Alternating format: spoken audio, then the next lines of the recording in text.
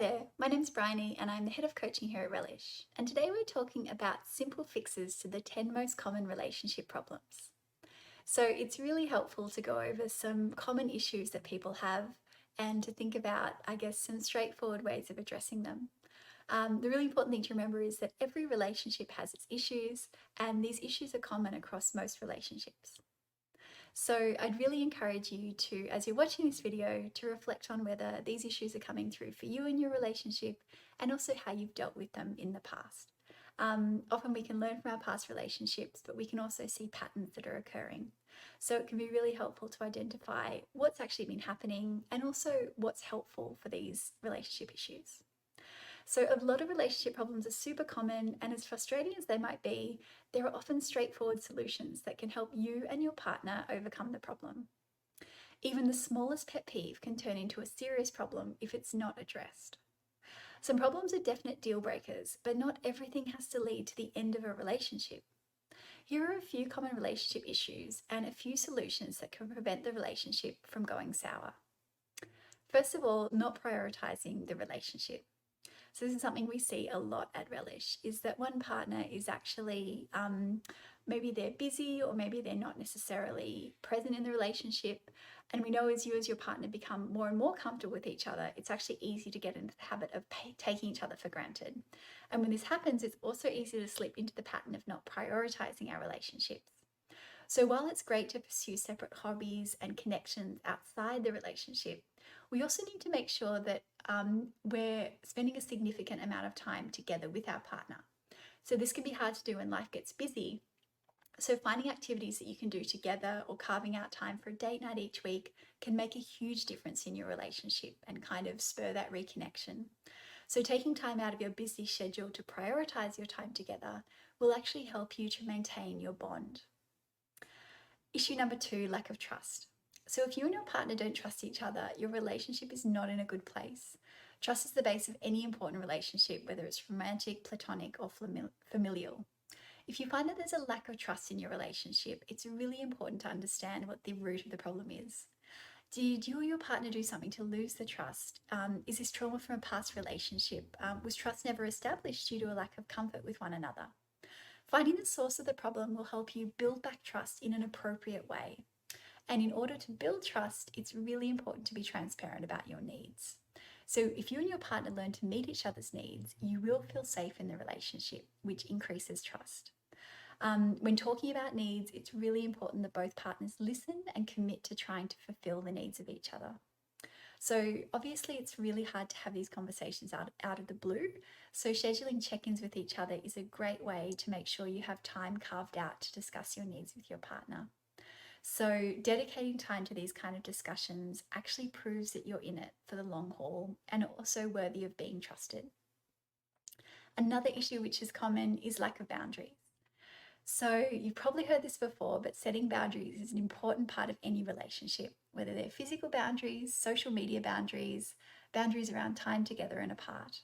We all have different tolerances for different things, which means it can be hard to create a list of what the perfect set of relationship boundaries should be. The bottom line is that you and your partner need to both clearly communicate what your boundaries are and then respect them once they're set. Setting healthy personal boundaries allows you to feel protected in your relationship and also take responsibility for your actions and emotions. If you feel like your boundaries are being violated, it's important to bring this up with your partner. As much as you wish they might be able to read your mind or your moods, they probably won't know how you're feeling unless you express yourself clearly. You and your partner should consider check-ins, like we already mentioned, so that you have a space to talk about your needs, which is kind of reserved and sacred. It's important to understand that boundaries can change over time, so checking in frequently with one another can help you address both your needs and prevent a lack of boundaries from becoming a deal breaker. Another issue which you've probably heard about is poor communication. So communication, as we know, is the basis of any good relationship, meaning that poor communication can often be its downfall. Communication is important in and of itself, but it's also at the core of a lot of other aspects of your relationship. And so problems here can lead to a lot of other issues. If your relationship is suffering from communication problems, you should really try and make an effort to express yourself and encourage your partner to do the same. Obviously, this is a lot easier said than done. So maybe keep some communication tips and tricks in your back pocket. For example, make sure that you're talking face to face. Even if it feels more comfortable to have a phone call or text, face to face communication is generally much more effective because there's less misunderstandings. Communication is also about honesty. So if something's bothering you, you really do need to tell your partner because, again, they're not mind readers.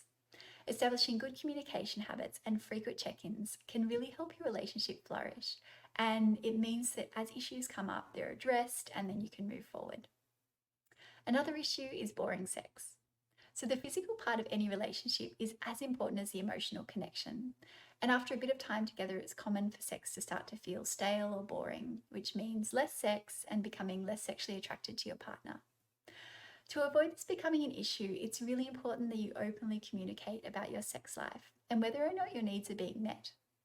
It can sometimes feel awkward to talk about these things, but it's absolutely necessary in order to keep the spark alive. In addition to being communicative, it can help to do some outside research about ways to spice things up. There's lots of online resources about how to improve foreplay, different positions, and more adventurous options if that's your thing.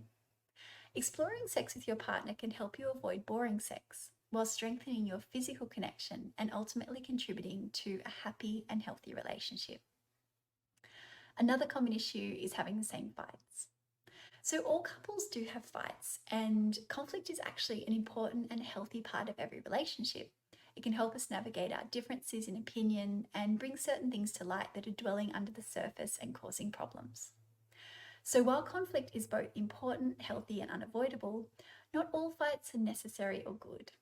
So, part of what makes conflict healthy is that resolution that comes at the end, where you and partner can work towards a compromise or a solution.